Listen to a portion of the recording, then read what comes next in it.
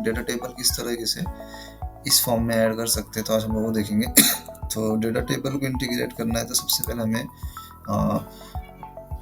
Download करना होगा data table, जिसमें उसकी जावास्क्रिप्ट और सीएसएस फाइल डाउनलोड करनी होगी हमें डेटा tables.net से। उसके बाद डेटा टेबल के लिए हमें एक मॉडल क्रिएट करना होगा। देन उसके बाद एक कंट्रोलर में मेथड क्रिएट करना होगा जो एक्चुअली डेटा टेबल इस टेबल की रिक्वेस्ट को जो फेच करेगा। आफ्टर दैट उसके बाद फिर हमें स्क्रिप्ट उसके लिए लिखना होगा। तो स्टार्ट करते हैं हम लोग डेटा टेबल का। तो सबसे पहले हम लोग डिपेंडेंसी डाउनलोड कर लेंगे। तो यहाँ पर मैंने डिपेंडेंसी डाउनलोड कर लिया हूँ, ये डिपेंडेंसी फाइल है जो मैं डाउनलोड कर लिया हूँ। इसका सेकेंड है मॉडल। तो मॉडल क्रिएट करने के लिए मैंने एक सैम्पल फाइल क्रिएट किया था, ये एक सैम्पल फाइल है जो मॉडल हम लोग क्रिएट करेंगे। तो इसको हम मॉडल में क्रिएट करेंगे। तो इसका मैं जैसे नेम लेता हूँ यूज़र डिफर मॉडल।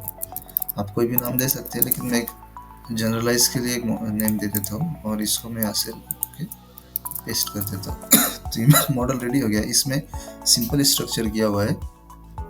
कंस्ट्रक्टर में हमने क्या किया कि टेबल का नेम कॉल किया हुआ है। देन इसके बाद फिर क्या किया हुआ है $thisDB गेट फील्ड्स नेम।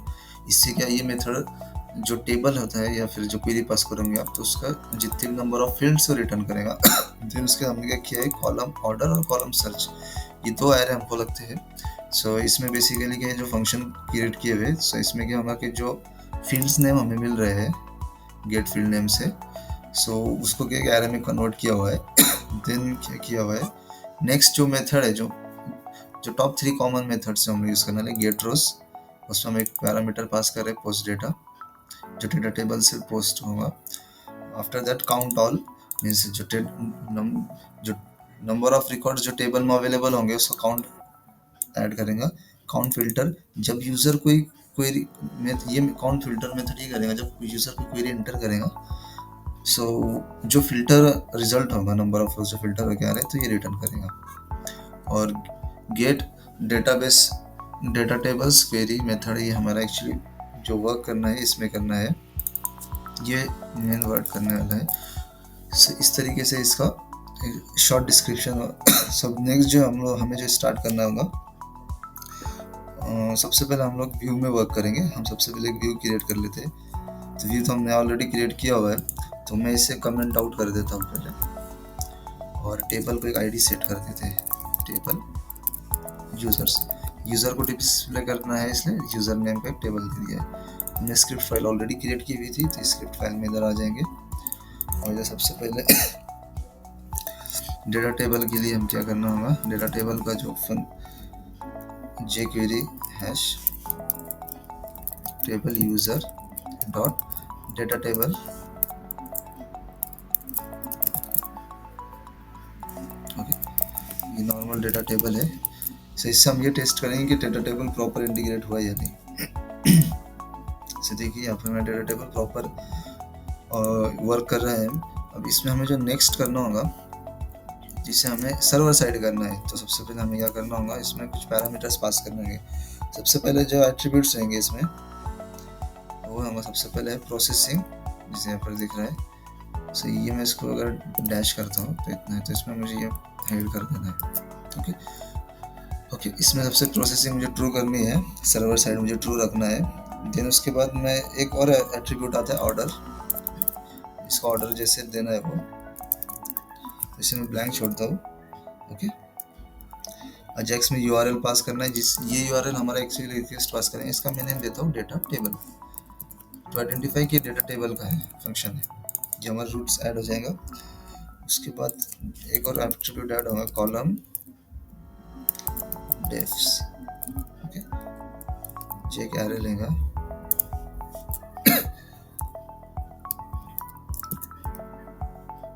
इसमें एक ऑब्जेक्ट होगा टारगेट्स 0, ओके, ऑर्डरेबल हम फॉल्स लगते हैं, ट्रू भी कर सकते हैं, देखते हैं बाद में। सो इतना मुझे इतना कोड मेरा server side scripting, server side data table के लिए। अब मैं इसे सेव किया, इसे रन करके देखते हैं, टेस्ट करके देखते हैं। तो अभी इसमें एरर आना चाहिए मुझे। तो यहाँ पे देखिए 404 का एरर आया है, और यहाँ पे कुछ एंटर कर रहा हूँ तो देखिए यहाँ पे कुछ प्रोसेसिंग हो रहा है। तो मेरा यहाँ तक कि UI में मेरा इंटीग्रेट हो गया है। अब जो नेक्स्ट मुझे करना है, तो इसका एक मेथड क्रिएट करना होगा मुझे। वो क्रिएट करेंगे हम CRUD कंट्रोलर में। CRUD कंट्रोलर में बॉटम में आ जाएंगे, एक फंक्शन के मेथड क्रिएट कर लेंगे data table. Data table use करने के लिए हमें सबसे पहले क्या करना होगा कि जो हमने मॉडल यूज डिक्लेयर किया था उसे हम लोग यहाँ पर यूज कर लेंगे। मैंने मॉडल यूज कर लिया हो, कंट्रोलर में उसे डिफाइन करके यहाँ पर डिक्लेयर कर दिया हो। अब इस मॉडल के थ्रू हम लोग ऑपरेशंस परफॉर्म करने वाले हैं। सब यहाँ पर हम जब व्यू में देखते हैं तो यहाँ पर मैंने जो टाइप डिफाइन करें कि मुझे कौन सी मेथड से रिक्वेस्ट फेच फायर करना है। अगर मैं यहाँ पे गेट यूज करता हूँ तो मुझे भी फिर यहाँ पर अगर गेट मेथड होगा तो मेरा कंट्रोलर में जो मेथड रहेगा डेटा टेबल का, ओके, तो वहाँ पर उसके जो रिक्वेस्ट मेथड भी रहेंगे वो उस पर भी डिपेंड करेंगे। अगर पोस्ट मेथड है तो मुझे गेट पोस्ट मेथड यूज करना है। अगर मैं गेट मेथड यूज कर रहा हूँ तो यहाँ पर मुझे गेट मेथड से ही वर्क करना होगा। तो सबसे पहले इसका जो पैरामीटर होगा पोस्ट डेटा, जिससे हमारा पूरा जो एक्चुअली जो रिक्वेस्ट होगा पूरा इस फेच कर लेगा। देने इंडेक्स होगा एक जो स्टार्ट को पॉइंट करेगा, रिक्वेस्ट गेट पोस्ट स्टार्ट। अब यहाँ पे हम लोग वर्क करेंगे रिजल्ट।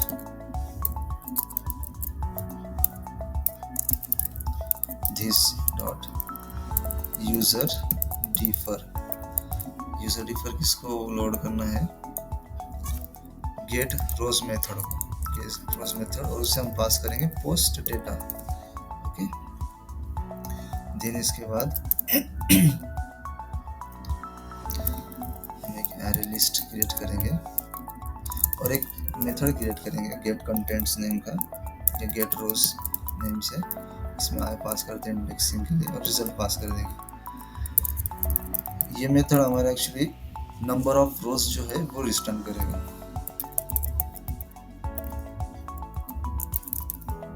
जैसे हमारा जो वर्किंग है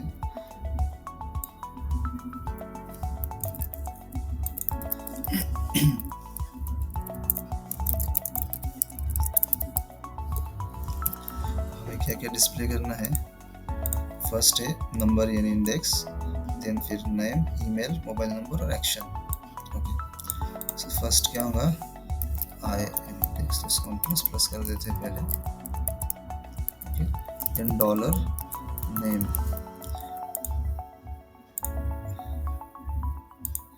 डेटाबेस में कॉलम की जो नेम है एज इट इज हमें इधर पास करना होगा। Email, okay, address, okay, sorry mobile number है,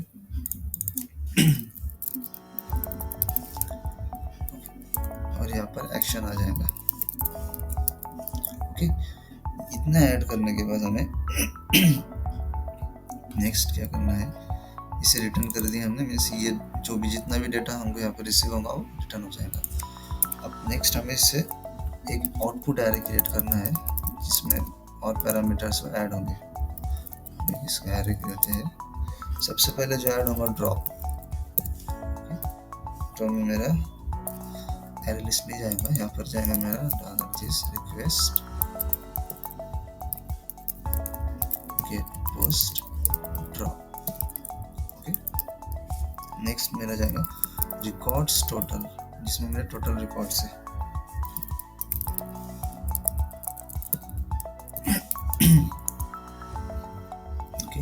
सो यहाँ पर जो रिकॉर्ड्स टोटल है, यहाँ पर मुझे एक और मेथड कॉल करना होगा जो है count all, okay. Count all method of user differ model मुझे यहाँ पे कॉल करना होगा। तो dollar this user differ slash gate count all, okay. Next है फिल्टर्स, रिकॉर्ड्स फिल्टर्ड।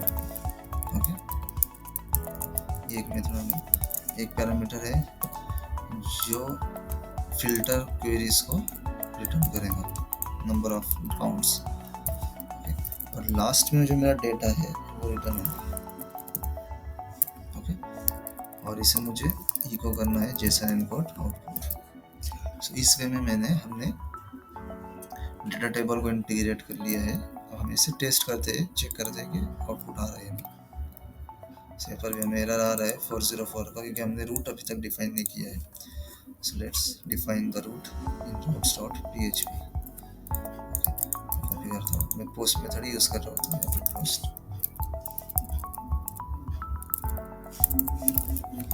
और मेरा मेथड का नेम भी वही है। और इसे रिफ्रेश करता हूँ, अब एरर आ रहा है, ट्राई टू एक्सेस।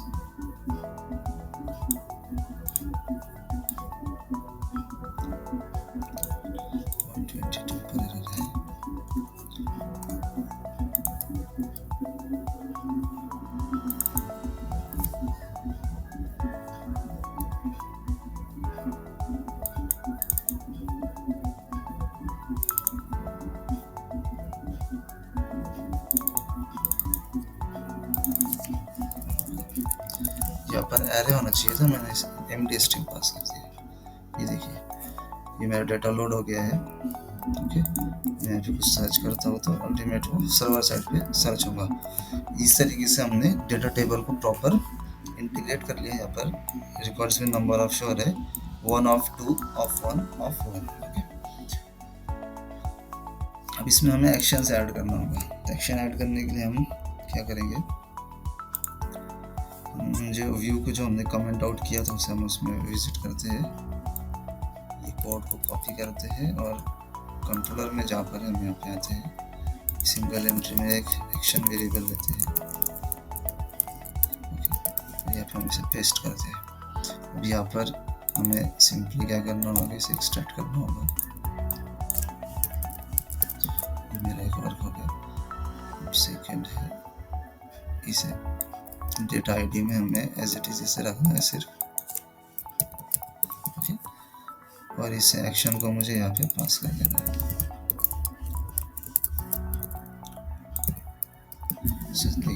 ये रिफ्रेश हो गई। ओके, जैसे मैं अगर एडिट करता हूँ तो एंट्री एडिट हो जाएंगी, राइट। डिलीट करता हूँ तो डिलीट तो फिलहाल वर्क नहीं करेगा, अभी कर रहा है कि हमने क्लास को यहाँ पे मेंशन किया, इसे रिमूव कर देता हूँ। अब क्लिक करता हूँ, डिलीट हो गई एंट्री। मेरे एंट्री क्रिएट कर लेता है, एंट्री क्रिएट हो गई। सेकेंड एंट्री क्रिएट किया मैंने, 2 एंट्रीज क्रिएट हो गई। अब मैं डिलीट पे क्लिक करा तो कोई एक्शन नहीं आ रहा है। अब इसको हमें डेटा टेबल में हैंडल करना है। मैं इस पर क्लिक करता हूँ तो ऑटोमेटिकली ये डेटा, ये एंट्री रिमूव हो जाना चाहिए। अगर इस पर क्लिक करता हूँ तो ये एंट्री रिमूव होना चाहिए।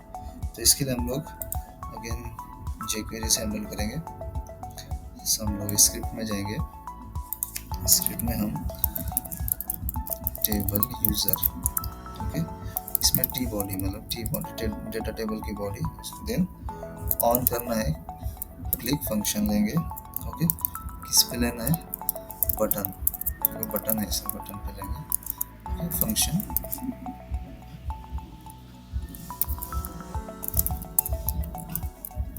ओके, क्लिक बटन है। अब यहाँ पे हमें जैसे इस डेटा को पास करना है, डेटा डैश आईडी इस एट्रीब्यूट में, तो हम लोग इस एट्रीब्यूट को कैसे कॉल करेंगे, let ID $this ATTR data ID. Okay, तो इससे हम क्या कर पाएंगे कि जब बटन क्लिक होगा तो इस एट्रीब्यूट का डेटा हमें इस वेरिएबल में मिल जाएगा। अब नेक्स्ट हमें क्या करना होगा, कंट्रोलर में हमें सबसे पहले यहाँ पर एक और वर्क करना होगा जो मोस्ट इम्पोर्टेंट है। इसे हम टाइप दे देते हैं बटन और एक नेम पास करते हैं बटन डिलीट। सो इससे आइडेंटिफाई करते हैं हमें jQuery में if, okay, this dot name equals okay button delete. Button delete अगर ये होता है तो जो बटन डिलीट का जो कोड है जो हमने यहाँ पर लिखा है पास कर देंगे।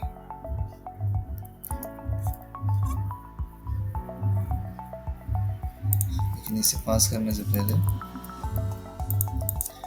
हम यहाँ पे एक और लेयर ऐड कर देंगे।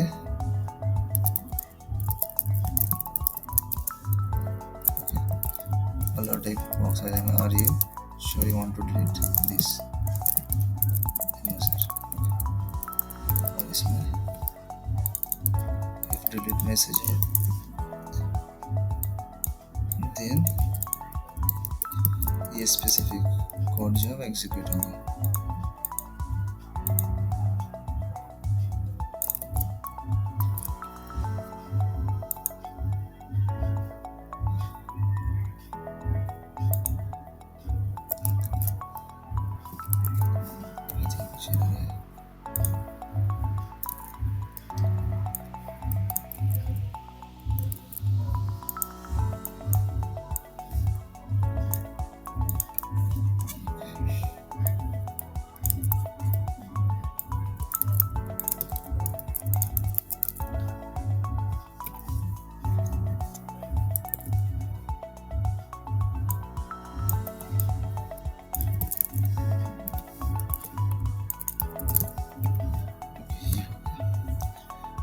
प्रॉपर इंटीग्रेट हो गया। अगर मैं इसे टेस्ट करता हूँ तो मुझे पहले मैसेज दे रहा है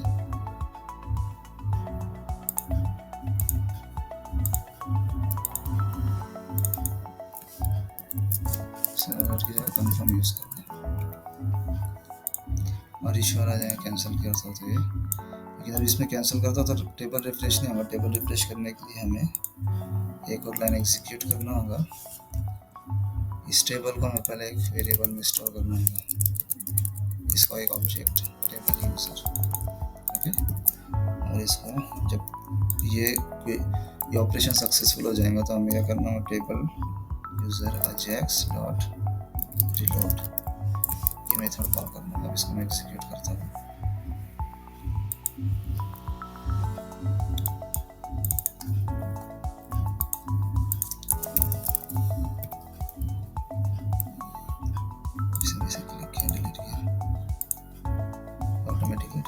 इसमें में हमने डेटा टेबल्स को हमने फॉरेन इंटर में ऐड कर दिया है।